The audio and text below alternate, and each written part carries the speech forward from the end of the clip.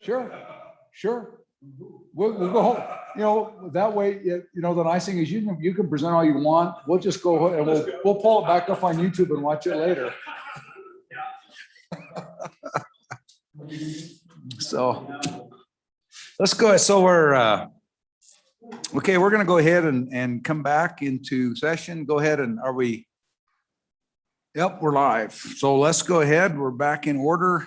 We're going to pick up with our 1:30 agenda item and start off. We've got Brian. This is your fault. Excuse me. This is your presentation. Anyway, Brian, we're glad to have you. We're glad things went well at home. We missed you during session. And although, you know, I know you were still working from home, working remotely while we were changing diapers and doing other things. So anyway, I want you to know we appreciate your dedication. You were missed. Although you didn't miss us, we missed you. So with that, go ahead and let's go see what you got for us. Yep. Thank you, Mr. Chairman. Brian Fuller, LSO. I'll go over the brief memo concerning the study that's required by Senate File 121. This is, it should be the very last item in your binders. For those online, it should be item 7-01 on the website. Just a couple of, I guess, introductory remarks. This presentation is just a quick overview of what is required in this study, and I'll include a few thoughts, you know, along those lines, and perhaps in terms of what that bill is trying to get at. And then the other thing too is, you know, probably the one big takeaway is the need for the committee to really, I think, provide clear direction in terms of where it is thinking about going with this study. You know, namely, what is the end result the committee is looking for?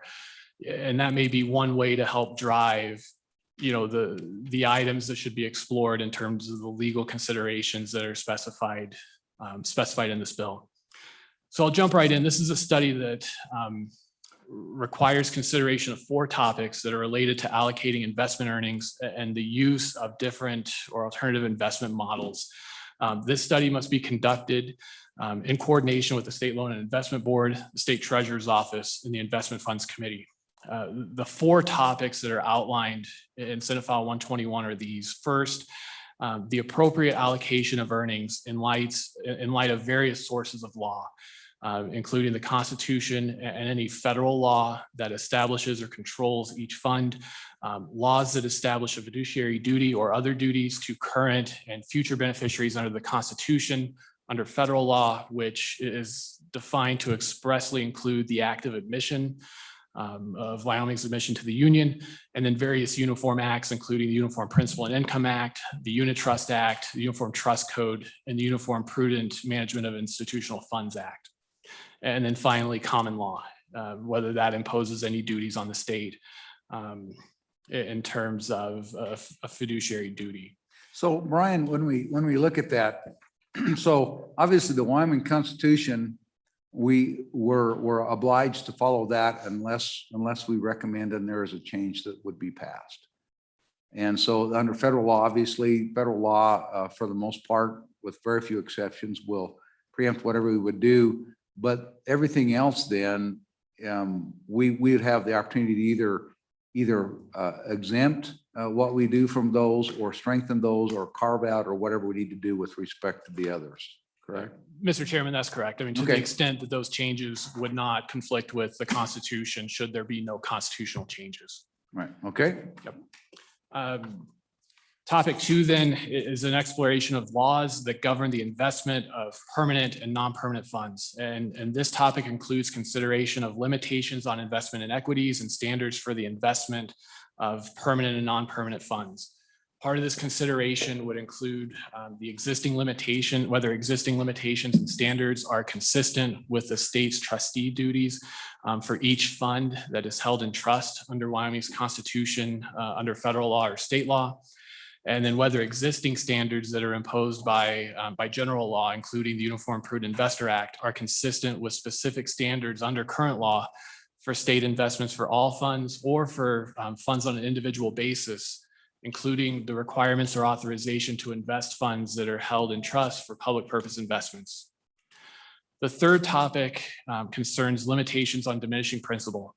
The study limitations on, so consider any limitations on any diminution to the principal of funds that the state holds in trust pursuant to terms such as inviolate as is used in the Constitution, and any obligation of the state to make whole any loss of principal in light of the Constitution, federal law, state statutes that govern investment limitations, and common law. And then the final topic is to review the ability of the legislature to establish a fixed percentage of a fund's value or a fixed dollar amount to be distributed from each permanent fund in light of the findings from the first three topics.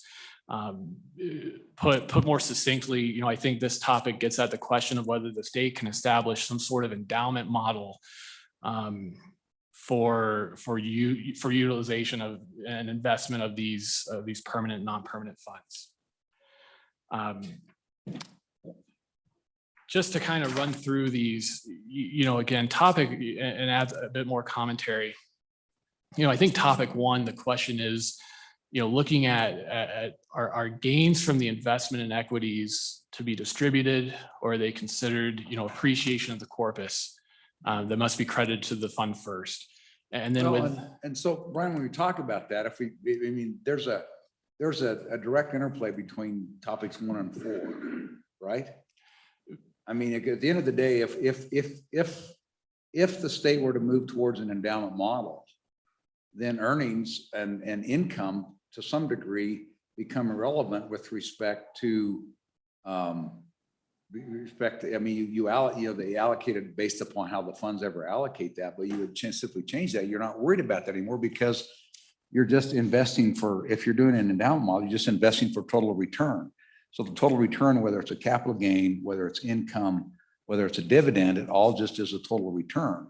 And so what you do is you move away from the whole concept of earnings with respect to what you get to spend in the spending policy. It's just you're allocating a certain amount based upon the value of whatever your funds are, whether it's a 5-year moving average or whether it's a 3-year moving average or whatever you pick that basis is.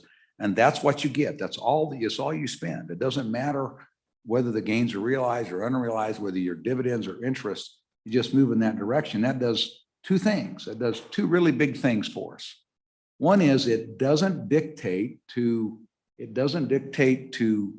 Patrick and his crew and the treasurer and his crew that they have to invest in certain things to make sure that they've got dividends and income. They're free to chase the best investments that are out there and it frees them up. The second thing, the other thing that it changes that dramatically. And so as you do this, we end up and if we were determined to go that way, and I think we've had enough discussions, and I'd be interested in your idea, if we were to move to a true endowment model, we would have to change the Wyoming Constitution. Did you come to that conclusion as well?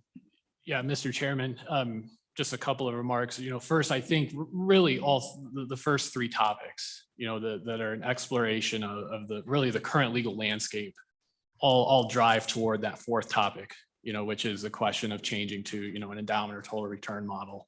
In terms of the Constitution, I hesitate to make a statement, without having, really dived into, to those legal provisions. But, I think to some extent, yeah, there's going to have to be a change to the Constitution. And I think, your use of the term, income and earnings. Some of those terms are used, there, and so would need changed. And then particularly with the Common School Permanent Land Fund, which has additional constitutional requirements that don't exist in the other constitutional fund, PMTF. So, yeah, we're as close to the constitutional line now as we probably can be.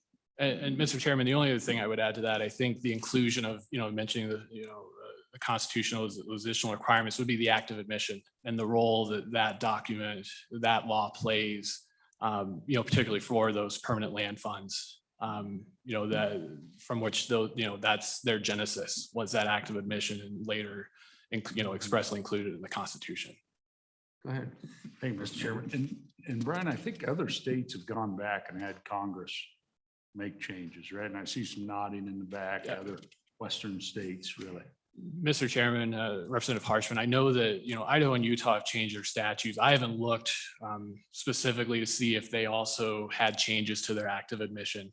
Yeah, okay, thank you. And then, Mr. Chairman, I guess just, in conclusion, for the committee to consider, at least in terms of the legal topics that are specified in Senate File 121, the breadth of this required study is considerable. And I think, and that's why I started off by mentioning, perhaps the need to see, where the committee wants to go can help drive, the scope of the study, and perhaps start narrowing things in and focusing on, on the principles that need to be, discussed and considered by the committee, as they pursue this study. I think another question is Senate File 121 expressly included mention of, legislation during the 2022 session and the 2023 session. The suggestion of, should this be something that's spread out over 2 years? This review would include the Constitution, the active admission, which I'm not sure, I've looked over previous work. I don't know how much focus has actually been given to that document, what its status is, the need to amend it depending on what constitutional changes are made. That would be another piece of that. These various uniform acts. Right now, there's only one, I believe the Prudent Investor Act, where, the legislature has expressly stated that, it applies to the state. The others are just silent. So that would be another area of consideration as well. With that, Mr. Chairman, I'm happy to answer any questions about Senate File 121 or anything else. The other thing, my understanding is there was interest in hearing a kind of an overview of the Attorney General letter. I believe that was provided to you and Representative Harshman based on that request, and I can jump into that now or take questions first, however you'd like to proceed. Let's just see, does anybody have any questions for Brian? Okay, so why don't you go ahead and jump into the Attorney General opinion that Representative Harshman and I asked for and received. Yep. I don't know. Do we have that in the packet? I don't think we do. Mr. Chairman, I'm not sure if it's in your packet. I don't think we do have in the packet. It's a pretty straightforward letter, though. Yeah, and I can run through it, and I think we could probably, absent any And objection. so Representative Harshman's looking for it now. He can just, he'll, if he can find it, he'll email it to everybody on the committee here. If not, we'll get a copy and email it to you. Okay. And I think we have an electronic copy too that we can send. Okay, if you can, yeah, so we'll follow up with that, but go ahead and Yeah. give us the high points. Okay, so Mr. Chairman, the request to the Attorney General was seeking an opinion as to whether the Wyoming Constitution or federal law, including the active admission, would prohibit the adoption by statute of an endowment model for the Permanent Mineral Trust Fund, Common School Permanent Land Fund, other permanent land funds, and other permanent and non-permanent funds of the state. And their short answer was for permanent funds that the state could establish an endowment model so long as that model didn't distribute funds other than interest and income or earnings, depending on the term used for the particular fund. The opinion stated that no distribution model could distribute funds that would consume or diminish a portion of the corpus. The answer is slightly different for non-permanent funds. There's no similar restriction on that, but still must, any model must comply with other constitutional provisions. For example, not loaning or giving credit or donations. So Article 16, Section 6. The one exception would be the revolving investment fund. Article 16, Section 12, since the Constitution states that any earnings must be returned to that fund for distribution as loans or loan guarantees. So that's a very quick synopsis. The letter goes over the constitutional background of the various permanent funds. The analysis basically focuses on the idea that the legislature cannot consume the corpus of any permanent fund. It outlined Utah's law and Idaho's law changing those models to move more toward an endowment style model. And then it focuses on this difference in terms of realized gain versus unrealized gains and the definition of income. And for unrealized gains, the letter stated that that would be any sort of distribution of that or use of that would be constitutionally impermissible because they are not actual money coming into the fund. So they would not meet the definition of income or earnings as those terms are believed to be used in the Constitution. There was a single Wyoming Supreme Court case from 1923 that noted that a permanent fund is consumed when a portion of the non-replenishable part of that property is removed. And so any sort of consumptive use of the corpus could not be constitutionally considered income that could be available for those spendings. So long story short, the conclusion is really focused on, I think unrealized gains, not being able to use those or utilize those in any sort of endowment model for distribution. Go ahead, Mr. Vice President. So So, the and basis, Mr. Vice President, while you're thinking about that and make your comment, I have a question because you were on the working group that talked and you asked those questions. You did some inner work with the IFC. So in that, I wonder if you could just, the IFC has some feelings about some of this and from the standpoint of how they can be, how they think the investments can be most effective. But anyway, go ahead and share with whatever you were going to say, and then plus you might have visit about some of your thoughts that from the working group and the response you got from the IFC in this regard. so Mr. Chairman, Brian, getting back to that, those investment earnings. So do they, under that scenario, are they saying that is part of the corpus then? Because I'm confused as we can't go into the corpus, right? Which the way I would understand the corpus are those things that are constitutionally go into there. That's the money that we're putting in there every year that builds up. And then you have that differential in there, which is the market value, not what we actually invested. So I'm trying to find out, because it sounds like we're getting two different answers here. So one of them says, well, you can't go into the corpus.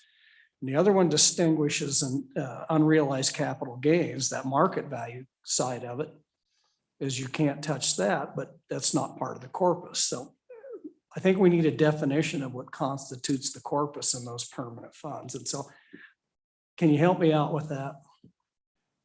Mr. Chairman, Senator Hicks, I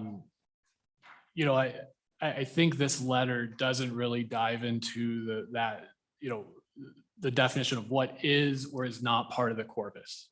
And I think that's something that would need to be addressed as part of this study under Senate File 121. This letter, I think, focuses mostly on this concept of unrealized gains not being income or earnings, as those terms are used in the Constitution. So I think that's a question that would need to be explored further, in terms of, what is or is not the corpus, what, depending on the various uses of these terms in terms of, inviolate or permanent, what does it mean to keep a fund inviolate? I think those are questions that, depending on where the committee wants to go, would be further explored during this interim as part of this study. Right, and Mr. Chairman. so I think that's a great point, and so that's why when you look at capital gain, it's the excess over the basically the cost basis, right? Well, it's the cost basis, right? Sure. So yeah, so if you have a stock that you bought for 100 and you sold it for 150, the gain is 50. The basis remains part of the corpus, and the gain then is, what is the gain? Is that corpus or is that earnings? And so you get, but there, it gets to be more complicated, particularly with the nature of the modern investments. It's becoming more and more complicated. So Mr. Representative Chairman. Larson. So, Mr. Chairman, and Brian kind of going along that way, So is there anything that defines when earnings become part of the corpus? And I realize currently we divert and we go to these reserve accounts before it tips and goes to the corpus. But is there a point in time then that? Yeah, Go ahead. Mr. Chairman, Representative Larson, if there is, I'm not sure it's specified in the Constitution. So then, Mr. Chairman, the value of the corpus is at a point in time. We've said this is the corpus, and you could have earnings in with that corpus, but not be considered part of that corpus Right. unless we've identified it. Isn't that what we're kind of saying, or? So, yeah, go ahead, Brian. Yeah. I can, Brian's going, call on me. I got this. Call on me, call on me. Well, Mr. Chairman, I am the only one here, so. Yeah, Mr. Chairman, Representative Larson, that's the approach Idaho took in their statute. Is I think they set, that benchmark as of, like 2000 or the end of the fiscal year 2000, I think, something like that. And then all subsequent deposits to the corpus, but there were some excluded, but I mean, their laws spelled that out, pretty much what you described. So I think, We're absent of that, Mr. Chairman. Why isn't that correct? right, I mean, so what we have right now is a pattern of practice that we've kept track of what corpus is. We've never defined corpus. The Constitution has said corpus, but we've never defined it. So, it could be a number of things. It could be the value of the asset or the deposit when it was contributed. That's, and you just keep track of that, and that could be it. It could, you could say, well, it's the cost basis.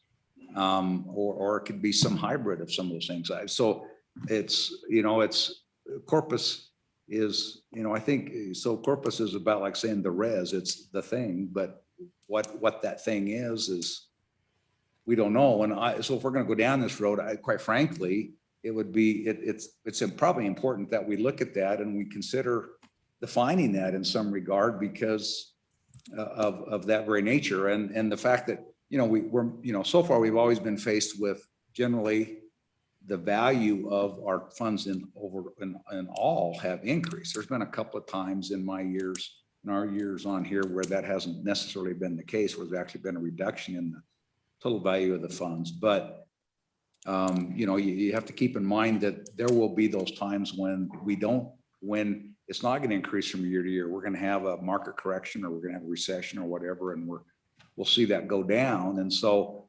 as we define and look at the corpus, those things, that's going to be becoming vitally important, because ultimately I think, as I've talked with the governor, I've talked with the treasurer, I've talked with a lot of people about how we go about this. The one commonality is everybody wants to see a corpus, whatever that is going to be, held inviolate. We don't want, everybody seems to be very, very on the same page about, we don't want to be able to spend, we don't want to be able to use the seed corn. We always want to hold the corpus inviolate. Mr. Chairman, That's been pretty uniform. Mr. Chairman. Go ahead, Senator Kinski. Glad to hear from you. Thank you. I have a question for Brian.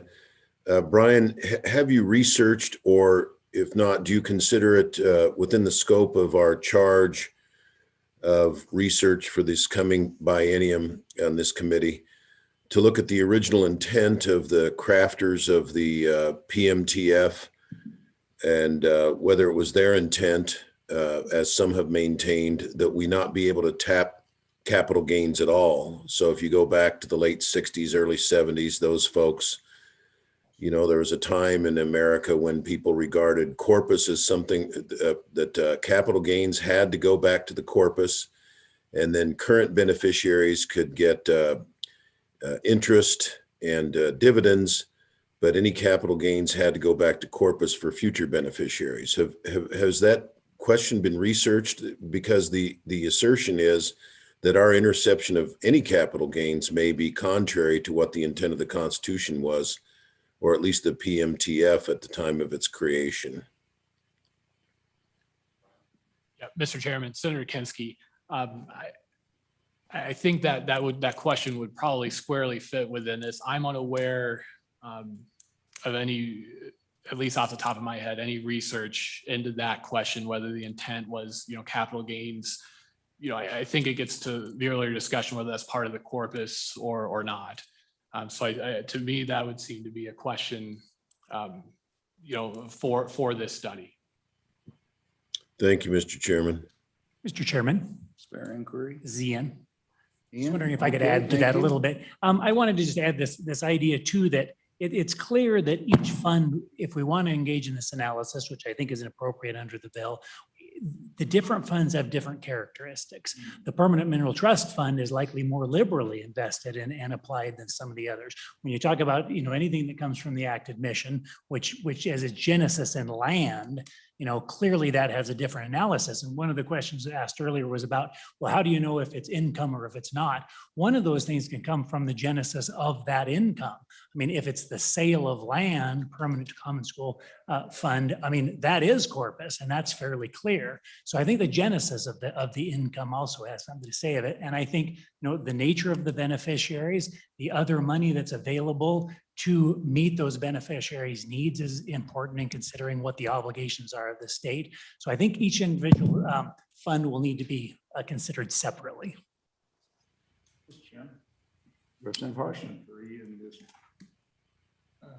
I can get my, and that's key point. I think there's a couple other parts. So which, I guess I'm asking your opinion. There's two parts to this too, though, this continued investment in the permanent mineral trust fund. I mean, we talk about, about future beneficiaries and intergenerational equity. That's a term a lot of times for an endowment that doesn't have further deposits. I mean, we're putting $250 million a year into this thing still. I mean, it's growing on top of that. But so if we're going to take one of these on, is there one that's maybe a little easier? Or one we could start with and maybe lay the groundwork for the next one the next year, maybe? Sure. I think that's possible. I think those that have a more simple, like the Permanent Mineral Trust Fund, may be a more simple example because it doesn't have the history of the active admission. There are maybe less complicated factors of who those beneficiaries are and the resulting trust obligations of the state, because I do think those increase. Also, I think we have some case law, although it's not well developed, we have to look at it, but that acknowledges that if you have other sources of income for those same beneficiaries, the trust obligations are different. So something like the Permanent Mineral Trust Fund that does have, it's growing, it's not a single fund that you have to preserve only that corpus forever. I think those would make a difference. And I think, in my estimation, with having not done enough of the research, but the Wyoming Permanent Mineral Trust Fund may be the easiest of the examples. And it's also, so much more recent as well. So. There's another issue that comes with that. There's another issue that comes with that as well, and that's the application of the Wyoming Uniform Principal and Income Act, which has its own obligation. And under that act, if you go in and look at, there's an allocation of, I believe, capital gains between principal and income. And it divides it. It says absent specific direction in the trust or the instrument that this provides the background. And also another example is royalties. And, most people consider royalties to be income under the Wyoming Principal and Income Act. I think it's 37% of royalties belong to the remainder beneficiaries, which are, i.e. corpus. And so you're able to, so it's not just capital gains, there's other types of income. But then I think my recollection is when we look at, and maybe I'm wrong, Brian, but if you look at the constitutional provisions on the Common School Permanent Land Fund, it talks about royalties or rents as income, and so which creates a constitutional exemption to that. So it's a mismatch, and it's going to depend, and they're not going to be the same. But it is another interesting case study would be the Wyoming Miners Fund. What is that? The Wyoming Miners Hospital Fund, which initially was a land grant situation. Ultimately, it was sold, and now it's just simply a foundation that pays for various medical expenses for miners. There is no miners hospital anymore. So you know, that's another interesting case study about how these things evolve. Yeah, and Mr. Chairman, I think, Representative Harshman, your question, on the continuum of, perhaps the level of protection of those funds, on one end, I think you would have the permanent trust fund. The single reference in that constitutional provision is the word inviolate versus, the permanent land funds where there's express language talking about the need to make whole any losses. And then you have varying funds in between that. So I think, the analysis would very much, I think, be different depending on the fund, given that each of those funds are going to have different provisions governing them and different purposes behind them. Go ahead. Thanks, Mr. Chairman. And then just thinking of, constitutional amendments, and how our timing through this,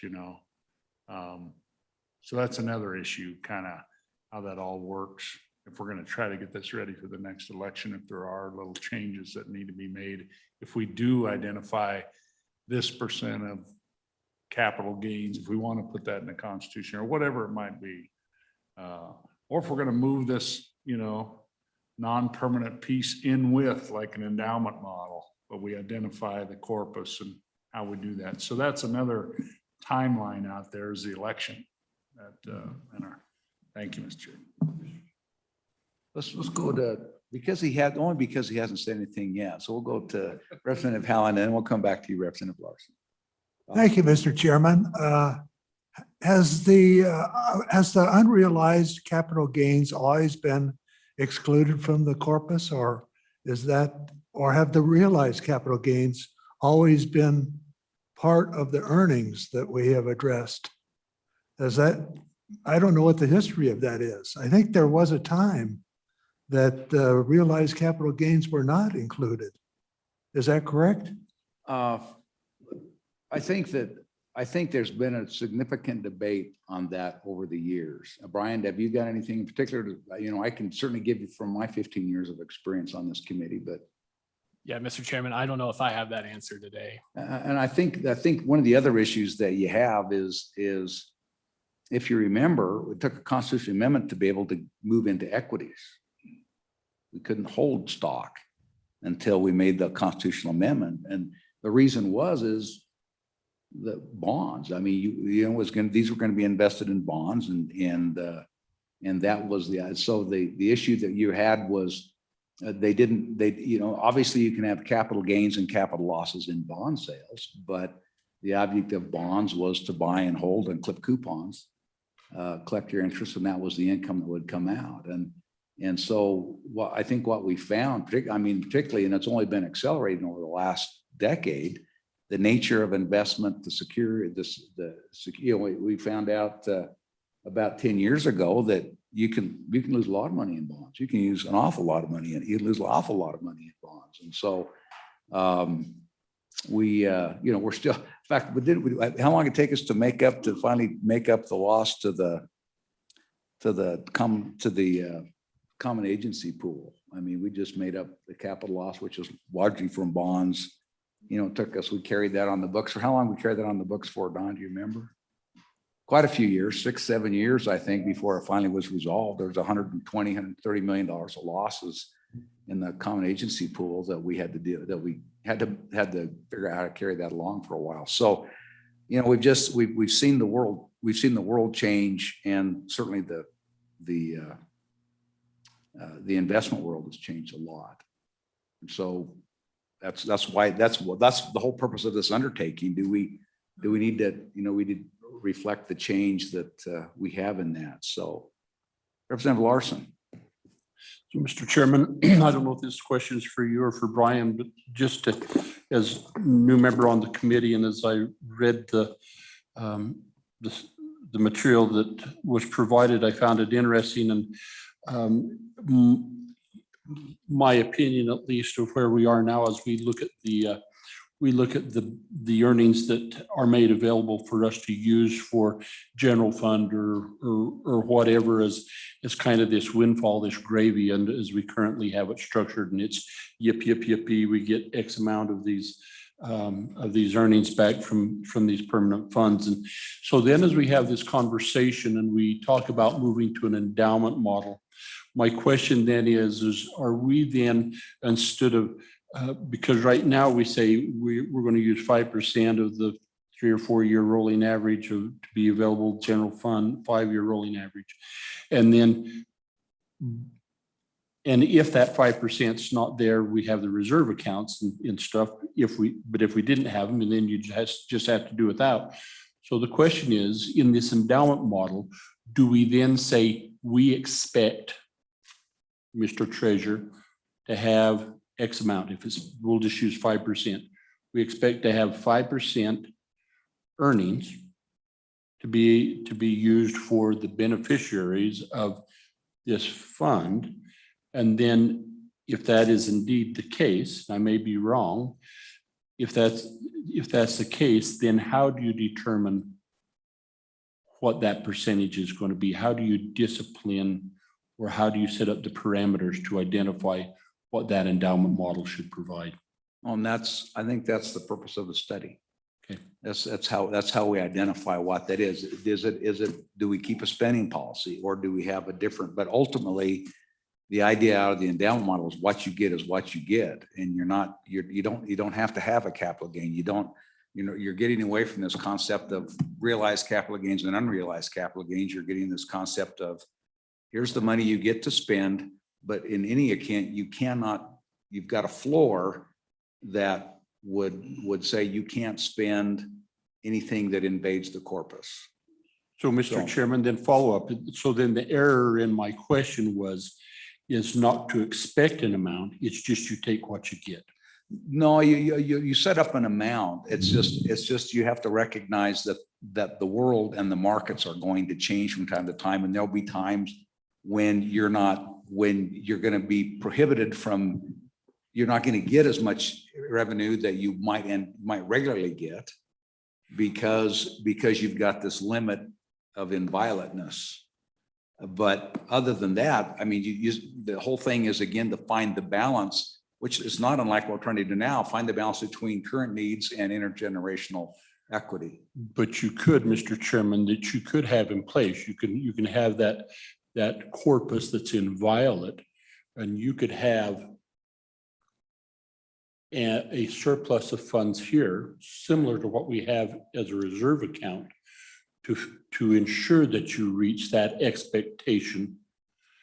And I know that all the answers aren't there. I'm just wanting to, am I tracking with the questions that we're trying to resolve, I guess? Mr. Chairman.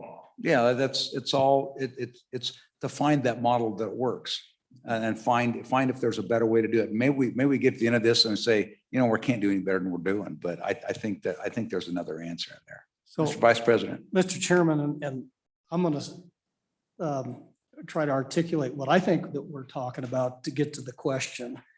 And so you've got the inviolate component, but I'm going to use then you have the principal that's not the inviolate. So you got the principal amount there that allows much broader investment strategies, instruments, and all that.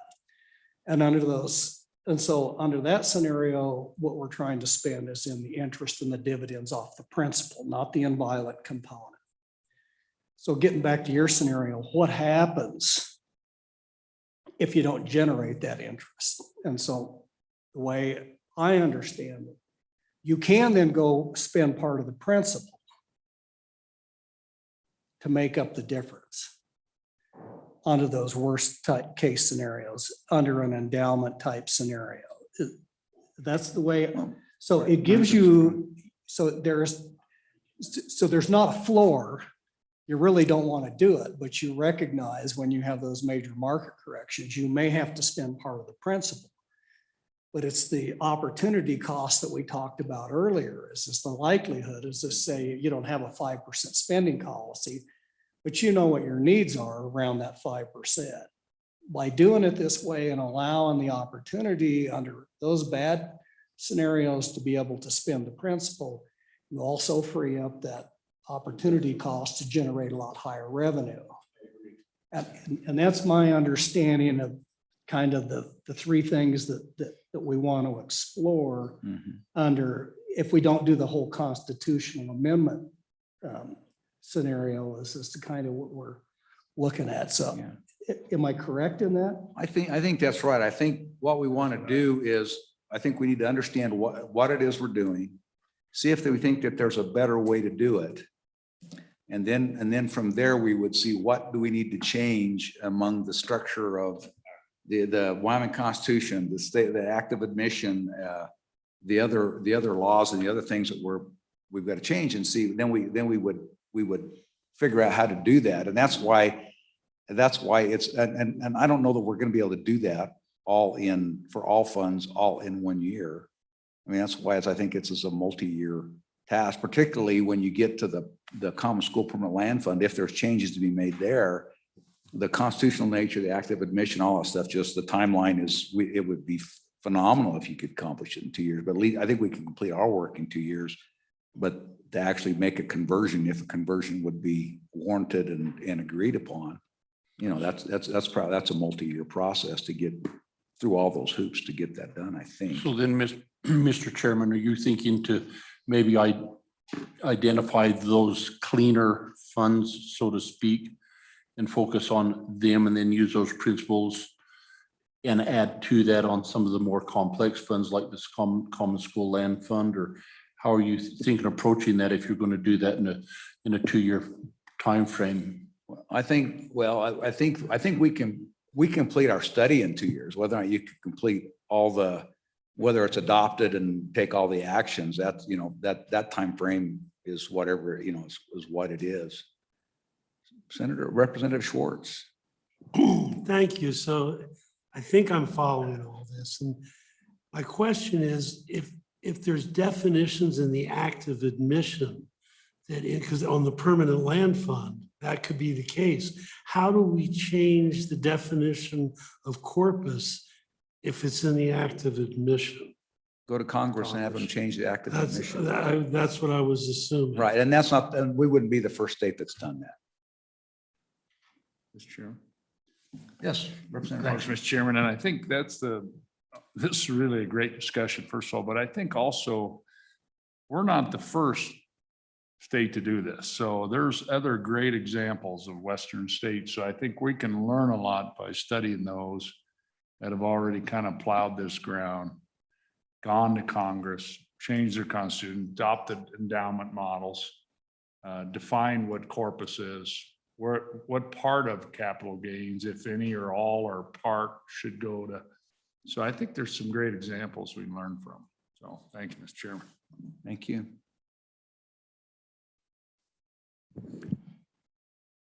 Yep. And Mr. Chairman, with that. Go ahead, Brian. Get to it, brother. Yeah, Mr. Chairman, yeah, with that, that's my, that's what I had to present. I'm happy to answer questions, any further questions. And I think otherwise it's just, getting marching orders. from Yeah, the committee. and I think we got to have a little bit more discussion among ourselves and figure out what our marching orders are. Mr. Treasurer, you want to wade in on this? I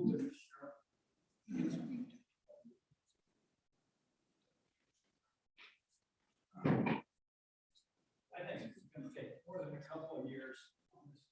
But I suggest I think that's the low hanging fruit, if there is anything defined as low hanging fruit in this. And I think if you're going to protect the corpus, I wouldn't, I would just spend the difference in the difference between the cost and the market value. And say, let's say you've got a fund that's $10 million market value, but the cost value is 8. Well, you got that $2 million overage, and you spend a percentage of that. And if you're trying to get 500 million, you spend 20% of that, or quarterly payments of 5% apiece. So that gets you to essentially you get a 5-year glide path if nothing comes in, but you always have your interest, your dividend, and your other, unrealized. You got your realized capital gains and your unrealized capital gains that would be in that sleeve. But yeah, defining the corpus, I think, is the first thing you have to do. I think going back to that 1923 lawsuit, as far as something that can't be replenished. I think you could do this if you had, like Idaho, a 700% reserve fund. And then you could go ahead and do it and necessarily not have to change your constitution, because that would never go into the corpus, and that would be your backfill that you could draw out. So, and if you can get your reserve fund equivalent to your $2 billion cap, then it makes it relatively simple. But, you know, so you don't necessarily have to do it. Now, to Representative Larson's question about how much are you going to get, you remember back when we had huge gas prices and coal bed methane was rolling, and we could not, you know, responsibly waste money, you know, you know, those times we got some really nice big hits that came back. Well, this situation, when you have necessarily that endowment model, that money necessarily, you got to make up your decision whether it's going into the reserve fund or whether it's going into the corpus, you know, but you wouldn't spend it if there's any prudence left in our organization around here.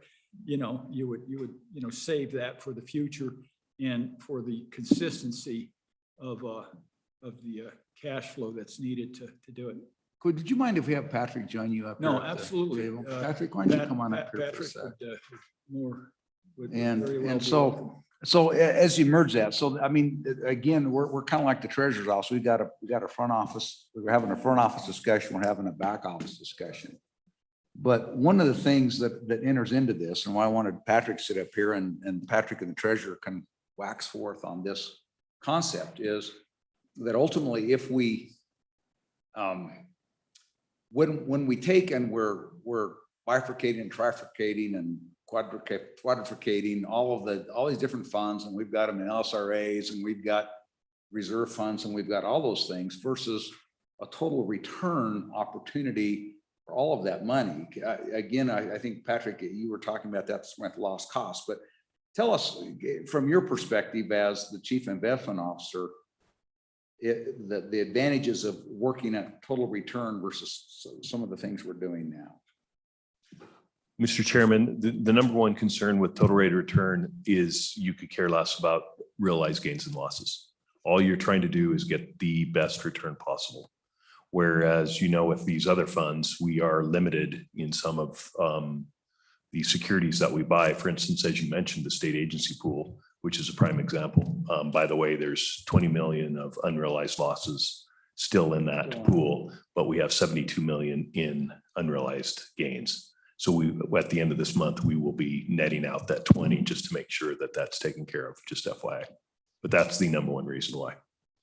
Yeah, so it turns out to opportunity costs. And so as we, you know, as one of the things we look at is if we start to, if what does that do to the ability, or does it affect the ability to have, you know, if we start having large reserve funds, are they invested differently than the underlying corpus or the principal, you know, the main part of, and we'll just use the PMTF. So if we have a large reserve fund, do we have to invest, or from your perspective, do you have to invest the reserve fund differently than you would invest the permanent mineral trust fund itself?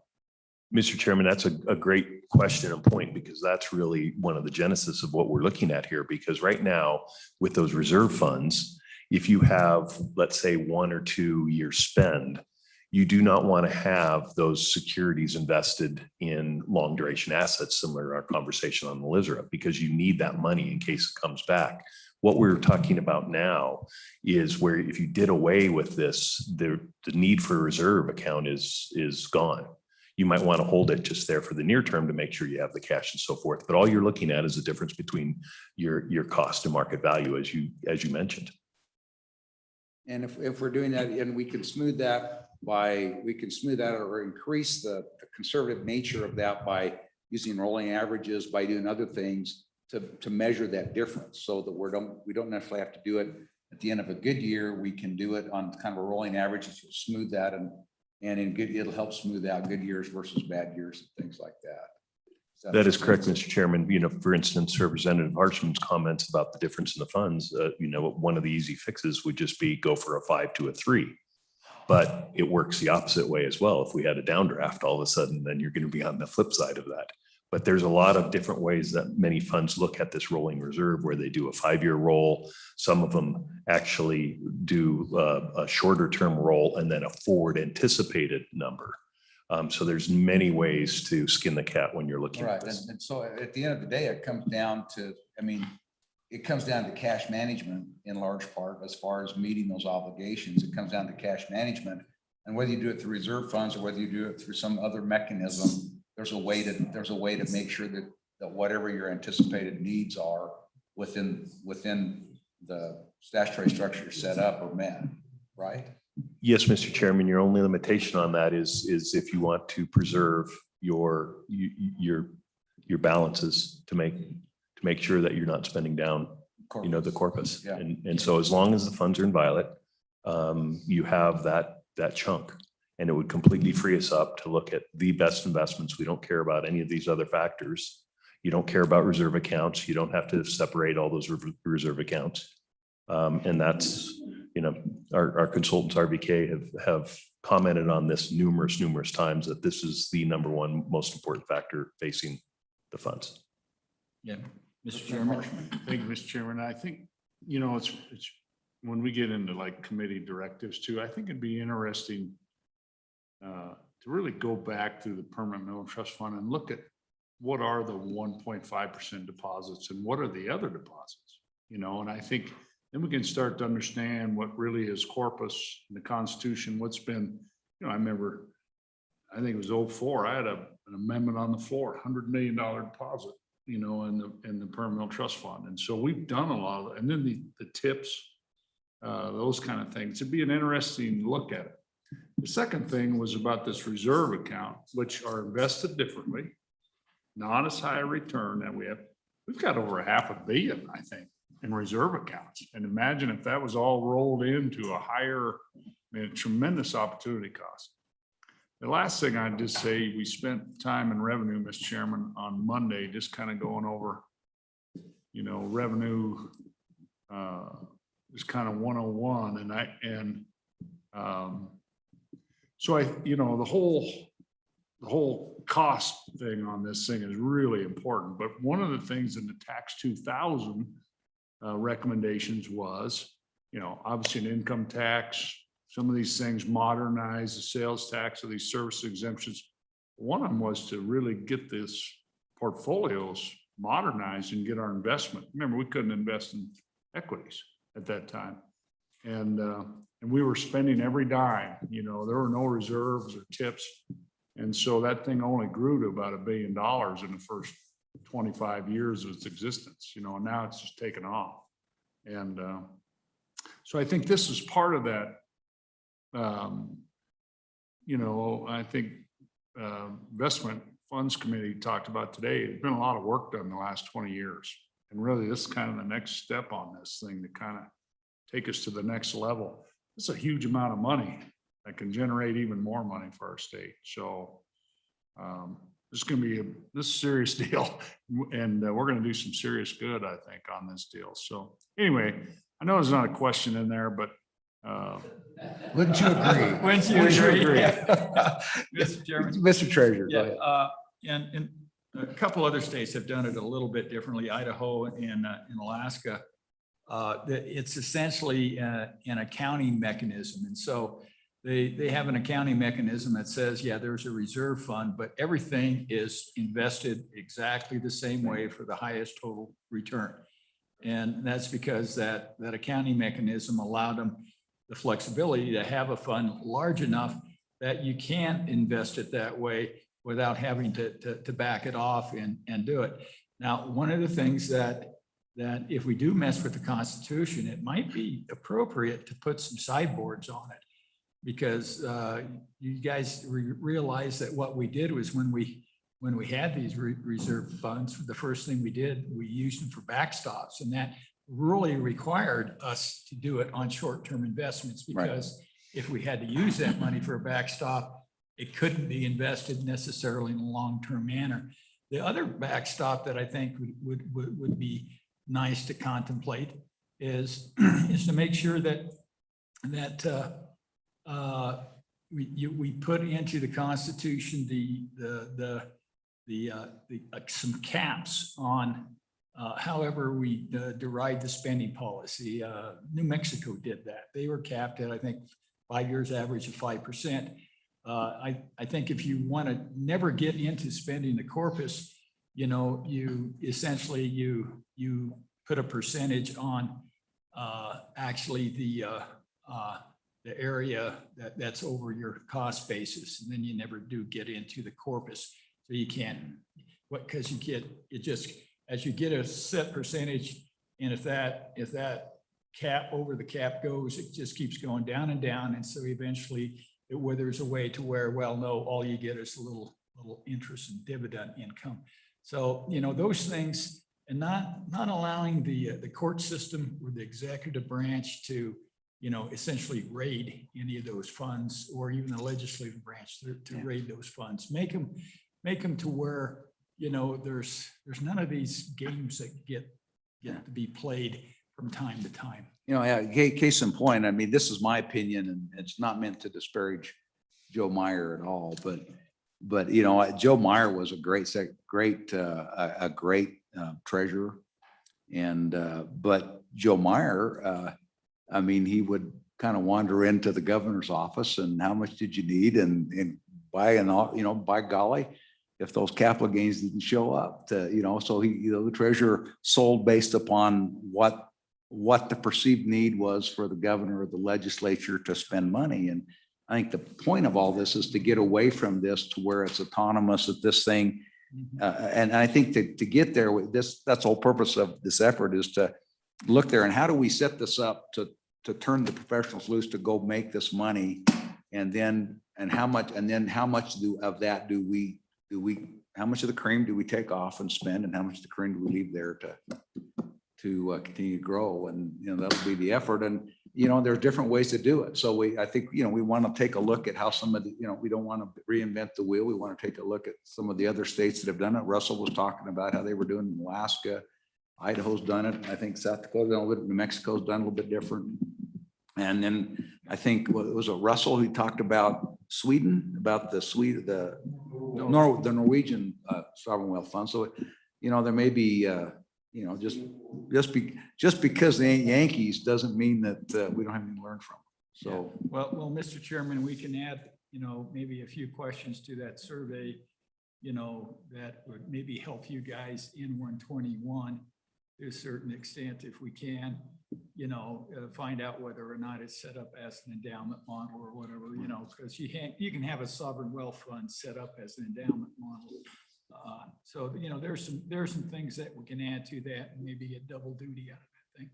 Well, and I appreciate that. And I think that's, I want to thank the working group, which was, I think it was Mike and Larry and Bob. I think you were on the working group, and that, I mean, some of this, this, I think these are the same things that the IFC is talking about, and how they think they can get more bang for the buck. And there's just a lot of work to do. I think that starting with the PMTF is a great idea.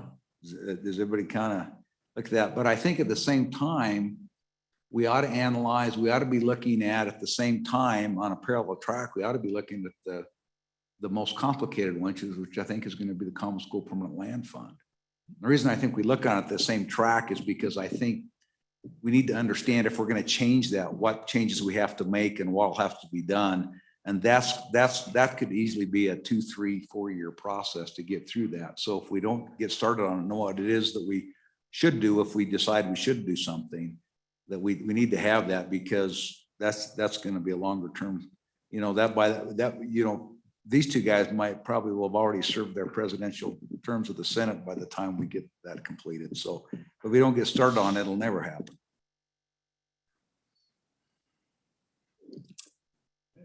Mr. Yes, Chairman, Patrick. one comment I just wanted to comment on. Mr. Kinski's, Senator Kinski's gone, but just his comment on the original draft of what they were thinking about the inviolate nature with equities. Because at that time, as you mentioned, they were only investing in bonds and it was typically a buy and hold. There were not realized capital gains. So just my opinion, but highly unlikely that they were thinking of that time, what kind of realized gains. And that's why the term income, interest income is derived from. So, you know, from Brian's comments, I don't know if you can find it, but I think it would be highly, highly unlikely that they were thinking of any type of capital gains at that time. Senator Kinski's still there. You just can't see him. That's the way he works. So no, you're right about that. So we'll have that argument about strict constructionist versus expansive construction of the Constitution in this regard. So we'll see, but that, you know, I think that's a, you know, great point. Thank you for that. So so I guess, you know, having heard all that, are we in general agreement that we should move in this direction? Mr. Chairman, Obermueller here. Oh, okay. I keep hearing these disembodied voices. I don't know where to look. Thank you, Representative Obermueller. Yeah, thank you. In terms of kind of setting some baselines and definitions and what we're looking at, I would encourage the working group to consult with the CPA firm that audits the state of Wyoming, and get a baseline definition of how generally accepted accounting principles defines income at this point. That's been a moving target for a while, and it would be good to start there in terms of what, in fact, is income, and then we can divert away from that to you know, any way we want to. But I think that's the baseline definitions that we should have. And the other point I would make about the definitions, and others have made this point now, but I think the definitions, or maybe when you're looking at what's inviolate in the Permanent Wyoming Mineral Trust Fund, perhaps differentiating between those, the constitutional pieces of that and the inflationary pieces of that, as opposed to those additional chunks of money that were added. And maybe in addition to the unrealized gains, maybe there's another piece there to support the endowment type model of monies that have gone into the permanent fund that maybe are not subject to the same restrictions as the constitutional pieces. So that's all I have, Mr. Chairman. Thank you. Thank you, Representative Obermueller. Good point. All right, so with that, we'll go back to staff. Staff, what do you need from us? What do you need from us to be more specific, or? Well, yeah, I mean, I think it would be difficult for the committee right now to come up with a real specific list of exactly what it wants, because I think our research is going to take us a couple of different directions. Before the meeting, I kind of took the liberty of figuring out what might be deliverables, and I think the exact schedule for these is going to depend on what we find. But, you know, I think as a basic level, I think we need to look at what the requirements of each of the individual laws are, from federal law to the Act of Admission, the Constitution, and our state statutes, and maybe do that with regard to each individual fund that we have. Polly has actually started on that already, trying to identify the relevant language, et cetera, in each fund. I think that's obviously necessary. In a broad perspective, I think it's important to distinguish between the funds and figure out what it is about each fund that might bring a specific obligation to the state. Who are the beneficiaries? What is the law that created the fund? Or are there other sources of income that help meet those beneficiary needs? You know, same question, but any heightened duties in any funds, and that might be the application of some of the uniform laws, figure out whether they do or don't apply, as Brian said, because most of them are not specific to the operation of state permanent funds specifically. As I mentioned, the application of the Uniform Act, the Uniform Prudent Investor Act, the Uniform Principal and Income Act, the Uniform Trust Code, and the Uniform Prudent Management of Institutional Funds Act.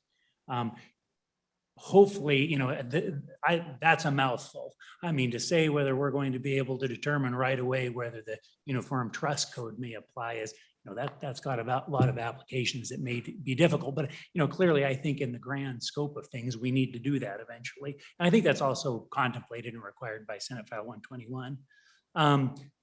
The duties toward the corpus and principle, that's a little more in the weeds, but what's what we've been talking about. What does constitute a corpus and what amounts need to be credited back towards the corpus and the allocation? That, of course, would then, touch upon the Meyer rule and how we're currently treating those.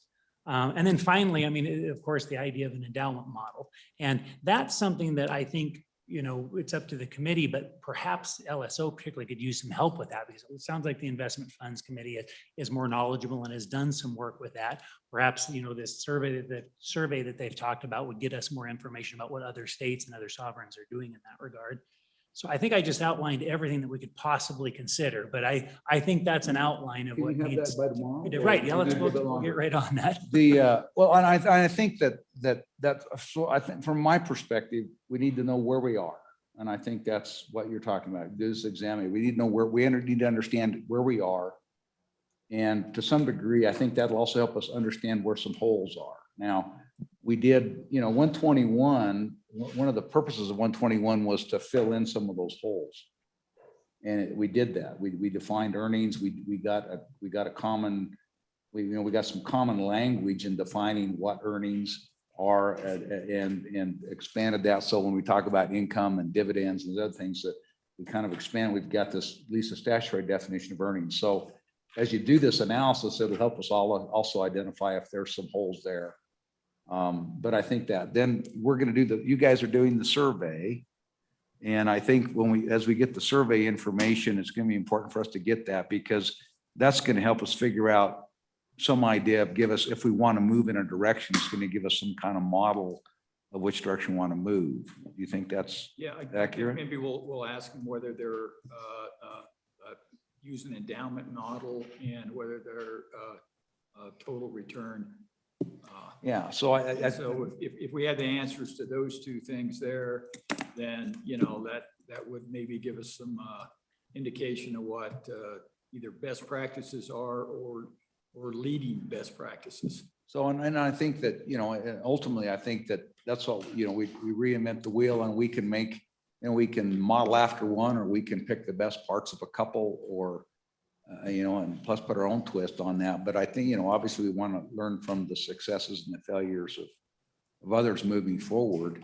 And so then my hope is that somehow we'll coalesce around what direction we need to move, or like I say, it's possible that we come to the conclusion that we have it as good as we can get it, but I don't think so. I think that moving in the direction of whatever enables us to move in the direction of total return is going to be beneficial to the state. Mr. Chairman, that Russell, I think kind of lamented that they only went part way in their system. Maybe we'll add a question in there, what did you leave undone?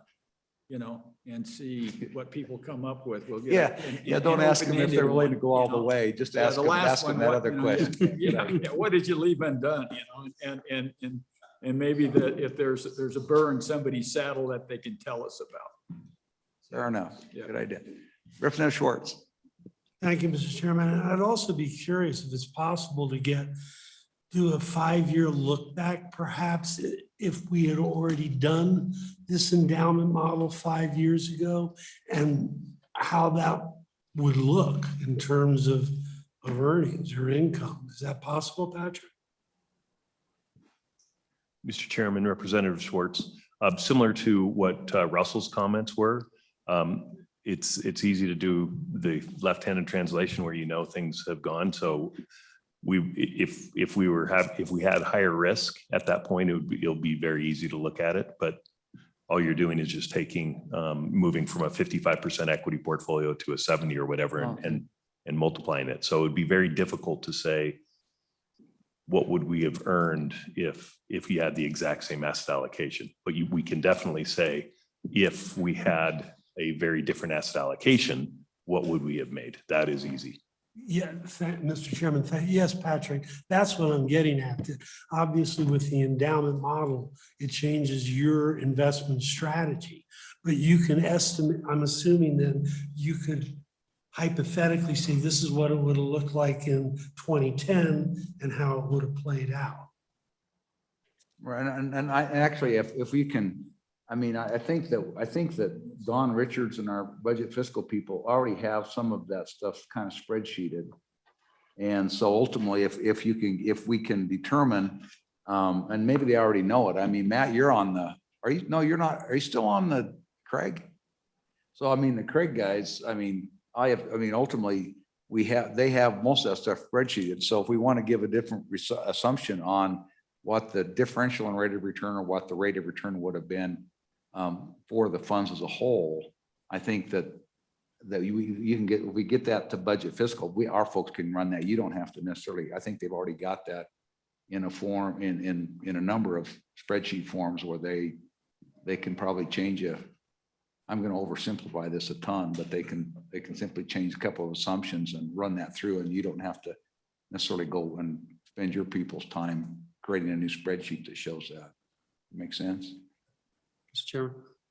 So my question is, as we move forward, do we also kind of do two tandems so that we also look into what we can do now without a constitutional change by just redefining or establishing definitions on corpus so that we can then and start looking towards our current reserve accounts, how we can manipulate those so that we can drift, if you will, kind of towards endowment models.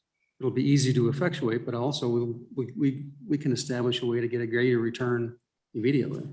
By doing that. I don't disagree. I think that's going to be a natural outcome. If we once we know where we are, we know where we want to go, then the next step is where's the gap?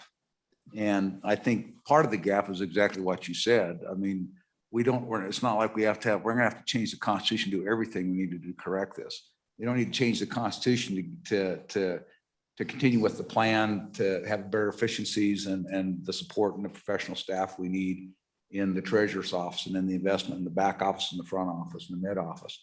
We don't need to wait on that. We don't need to wait on. So I think that there's a lot of things that we can do as we move forward on this. I think there'll be plenty of work to do. Some of it we'll be able to just do by that. Some of it will take appropriation, some of it will take legislation. But yeah, I think I see us coming out of here with long-term and immediate, and I wouldn't be surprised if there's 5, 6, 7 pieces of legislation that come out of this year, just from what we find. That's my expectation, but maybe wrong. Maybe we're wrong. Mr. Chairman. Just No, wait a second. Did you have your hand up, Mr. Vice? Oh, I'm Mr. sorry. Vice President had his Sorry. hand up. I was just trying. You're not the speaker anymore. No, I was I gonna- have to go to the big dogs. They have to take care of the big dogs. I'm not even a squeaker, man. So, Mr. Chairman, I'm just going back, and you'd asked earlier about, the letter that the subgroup had put together and the response from IFC, and I think we're missing, or I don't know if we're missing it, but I want to know how we're going to integrate this, because one of their recommendations that came out of the questions that we had asked was this is all great, but as you guys ramp up, and we start to move towards an endowment model with the total return, there's some governance issues in there associated with some costs that are going to go with that. So I just want to make sure that as we start to analyze these things, that we also bring that along with it to say there's going to be some associated build out, whether it's mid office, back office, investment personnel, and what's that look like? And I think that has to go forward with any analysis if we start to look at total return endowment model. Well, even without that, we already know from CLA and the work that we're doing, we're already headed in that direction. Even if we don't do anything, we still need to move in that direction. I have every confidence that the treasurer and his chief deputy will not let us forget that as we move forward. Just give us 15 basis points and turn. Oh, and quite frankly, that's not necessarily a tough concept. I mean, ultimately, if you go look at any fund, there's a certain number of basis points that you anticipate go into the administration of that. And so, we do that, and then we know that you can do better by at least 1 basis point or maybe 2. But anyway, long story short, I mean, that's, Mr. Chairman, I think so that's- back to the directives to LSO, when we start to look at these comparable models from other states, that is a critical component that we're going to want to have them look at. So if Idaho did this or New Mexico, what was the cost associated from changing from what they did in the past to what they're doing now, and personnel, and was it 15 basis points, or was it, how many more people, FTEs, did that take to do that? So I just want to make sure that we capture that as part of the overall. No, I know, I think you're absolutely right, Mr. Vice President, and I think we all recognize that the 3 positions we authorized in the last session is a down payment. It's not the end. But it's perfect timing because the treasurer needs to start on his budget proposal for the coming biennium here just directly. Well, Mr. Chairman, we got a lot of ways to move, I think, from where we are. And I hope we can do it as a team and not as adversaries, and I think we can. How's that sound? I think that as on all things, Mr. Treasurer will agree on 90+% of everything, and we'll only disagree on a couple of percent. That's the way it always works, right? But Yes, I'm sure we'll agree on a lot more than we ever disagree. I've got to work on Senator Hicks with about, it's a profit system, not a cost system. It's a profit system, not a cost system. So it's going to cost us something, but it's all going to be paid for. So yeah. That's the plan. And then are we going to explore bringing the liquor division under the treasurer? Is that? Terrible. I thought that was a not for profit. And the gaming commission. And that's right. We got another profit center, the gaming commission. We're getting more profit. This is good. On basically the same floor. I'll walk over and talk to you. Okay. All right. Okay, so Ian, what do you need? Something else from us? Or? Mr. Chairman, it would be very helpful if we could talk about a meeting date, the next meeting date. Okay. Under recognition that, with the treasurer's conference, there is that date at the very end of August, September. In the past, we've tried to tack one of our meetings on to one of their dates. That's a possibility. Right. And let me, I just out of curiosity, I mean, it's a bit of a heavy, this is a significant lift for you guys, but my guess is you guys will finish first. As we look at the lead times to get this done, the survey and getting the surveys back. Yep. I mean, have we even made the survey? We've made the survey kind of sort of drafted, I take it, but not finished. But what do you think? What do you think is a realistic time frame to hear back on the surveys? You're going to ask some pretty pointed information, and folks have other things to do besides answer your survey. I'd say 1st of August. I think we might get back by then because it's going to take a while. We've got the IFC to meet with, get their input on it, and had a couple of questions for 121. Okay. Look at it and look at budget. I think that we're going to do phone surveys, or I think we'll probably say that. So we'll talk about this with us. We'll try to get a budget for that probably in the next options. Okay. I think that this can help us. So, all right, with that, I don't know that, I mean, it sounds to me like if we've got this and we're ready to do a meeting in connection with your treasurer's conference, that might be, and it's later than I want it to be, but. I would go for the first part of the conference. We'll have a special session. And we have about a 2-week break. First week in August. We've got a lot to do. Yeah. About Thursday the 5th.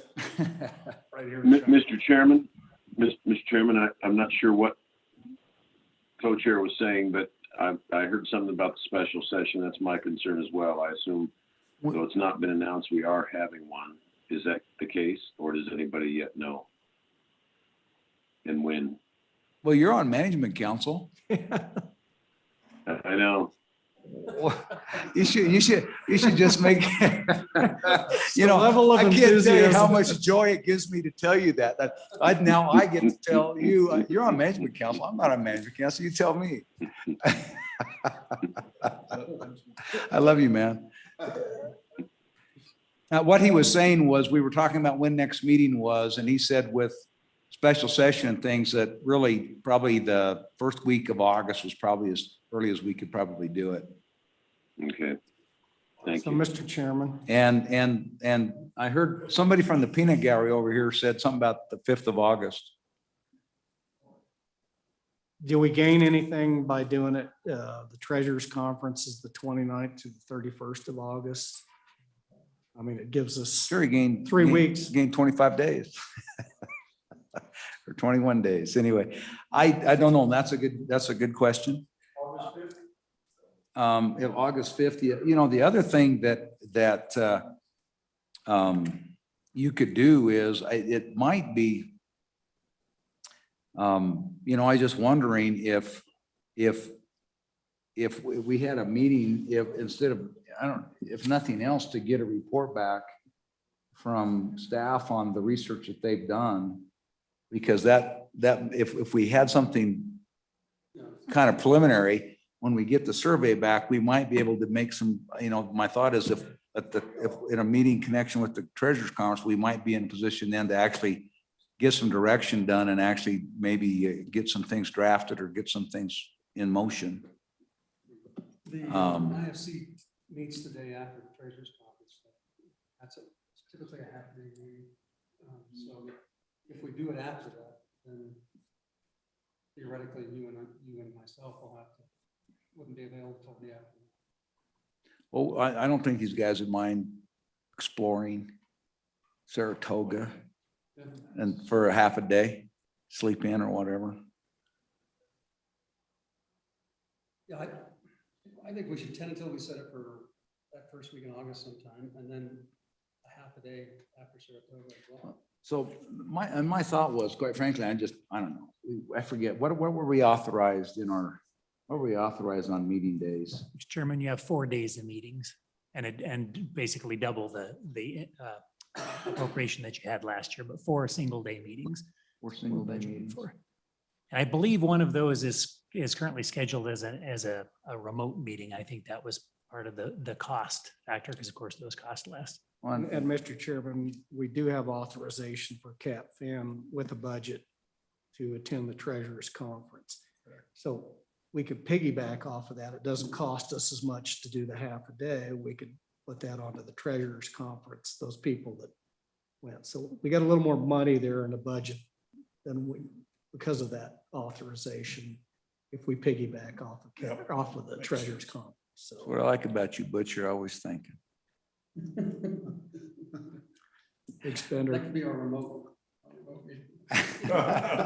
So yeah, I mean, you could do that. I was just So I'll thinking, call in to Cheyenne. if we had that meeting where the primary purpose is to report back from staff on their research and kind of look at that and have that discussion, that to me, that might be that might also be a great choice for a remote meeting, And but if they, if they can kick, there's different components of research. Some of that stuff you guys probably haven't done at home. Yeah. Stuff.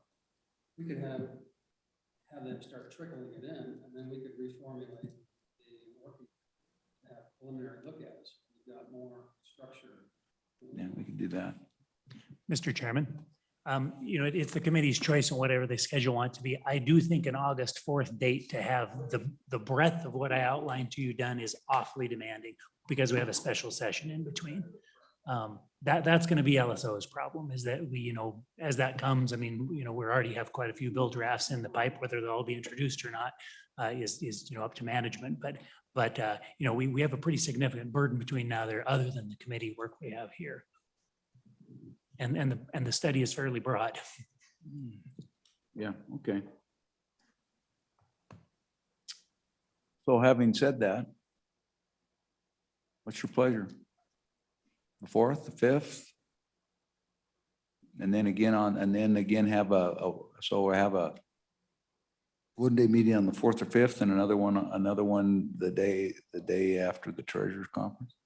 So Or that, I guess, yeah. So, Mr. President, so what are you looking for, a motion? What, the 5th?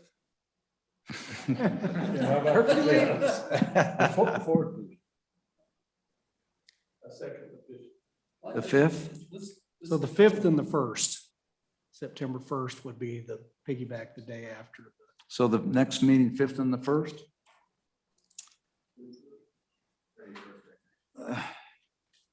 If we change our mind, we change our mind. And how about, I think that 5th that you want to do it in Cheyenne, is that remote or is that? Well, Out the 5th. well, that's the one on the 5th of August. What have I got? I think that would, the 5th would, Oh, crap. Oh, 31st? Oh, man. Yeah. What's that? 31st. The 31st? I think it does. So What's the old crap? Oh, the 5th is my anniversary. Oh. That's okay. I may attend remotely. Mr. so does Chairman, that mean just we're moving to the 4th? No, that. where we'll keep the judiciary 5th, does I'll meet just on attend the remote. 31st, I believe, of August. You know, I don't want to make staff come to Casper. That ends up being an extra day for them if they have to travel. I don't want to do that to staff. So the 5th So- in Cheyenne is what you're saying. 5th in Cheyenne and, you know, we'll do hybrid. If you want to attend by hybrid, you can attend by hybrid. Then September 1st? And then September, Saratoga. says it, no, it's the August 31st. No, it'll be Yeah. September, is it the 31st with the treasurer? And Mr. Chairman, Who's saying Mr. Chairman this time? that's me, Mr. Chairman, Brian. Okay, these disembodied voices. Yeah, so August 31st judiciary's meeting.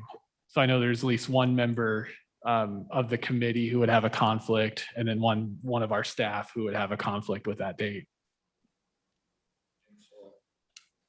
Well, Drew, Yes. the 31st, I think the 31st is not a full day. Aren't we winding up? Don't we just have a morning at the treasurer's conference? If we're all down there anyway, we could have a half day there at the treasurer's conference. If we're already committed to going anyway. well, it just, I think that the problem is the IFC meeting is the 8 AM on the 31st. So the IFC is, the IFC meets that morning and the vice chairman and I will be at the IFC meeting. And I don't know, anyway, at the IFC meeting on the 31st, so that leaves, I mean, you could do a half a day meeting on the afternoon of the 31st. That's what I'd recommend. No, Mr. Chairman. that doesn't work. How about the 27th in Cheyenne, Friday the 27th? Or the treasurer's in Cheyenne? Can't Why don't we do it. just go to the treasurer's conference a day early? I've got a corporation. So why can't we do a half a day on Tuesday, the 31st?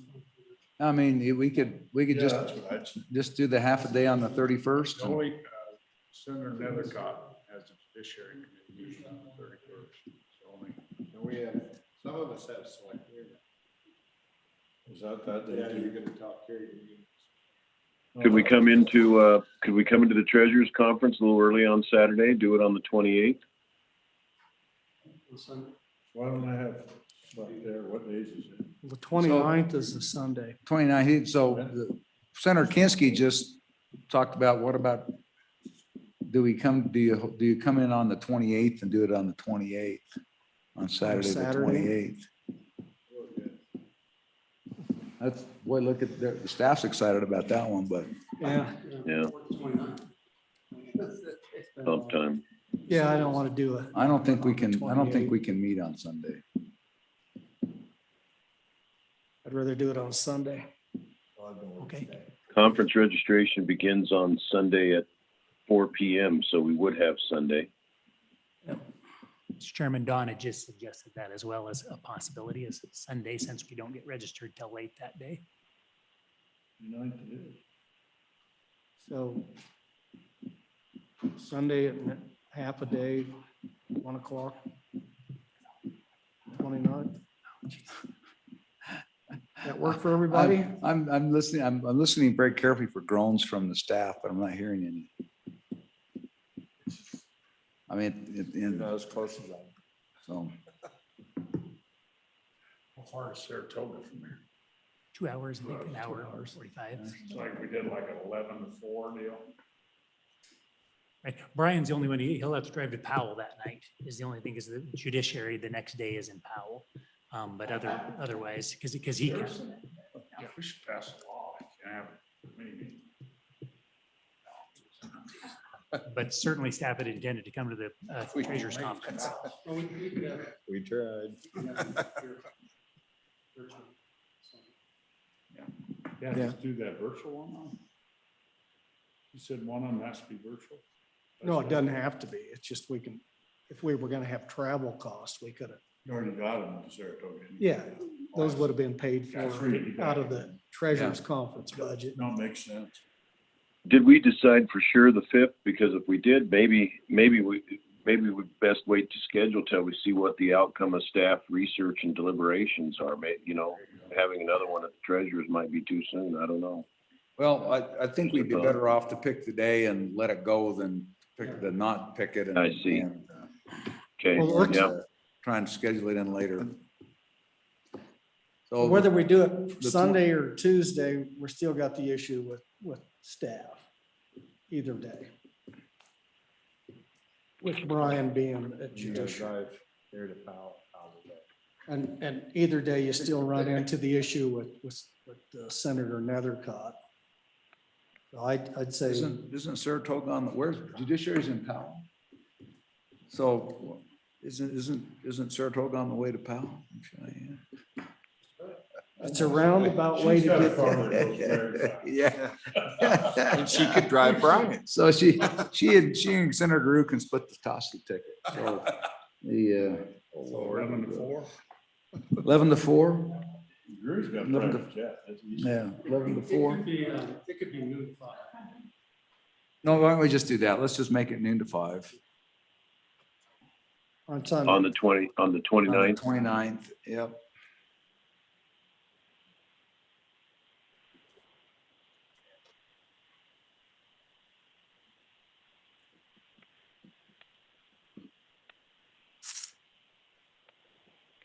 Was it 11 to 5? Noon to 5. Noon to 5, okay. It'd be 11 to 4 if you're in Arizona, but in Wyoming, it'd be noon to 5.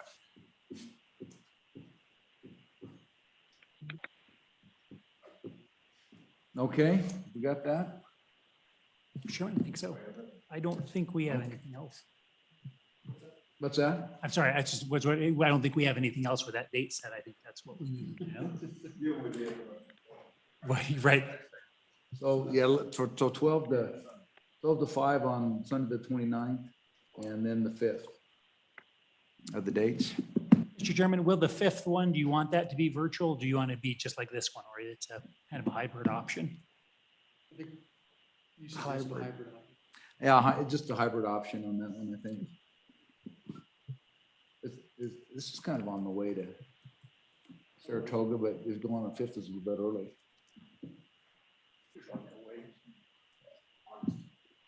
Mr. Chairman, Yes, Senator Kinski. so those that may want to come in on Saturday night, could staff check to see, or could treasurer's office check to see if we'd still get the same hotel rate as they've arranged for the conference? Spoken like a true judiciary or JAC member, so yes, Don's going to check on that for us. Okay, Thank you. all right. Boy, anything else, gentlemen? Thanks. Staff, anything else? Mr. Treasurer, anything else? I think we have our plates full. This is a heavy lift. Heavy lift. So, all right. Thank you for your attendance today. Staff, thank you for your efforts. We appreciate that. I know you've got a lot to do.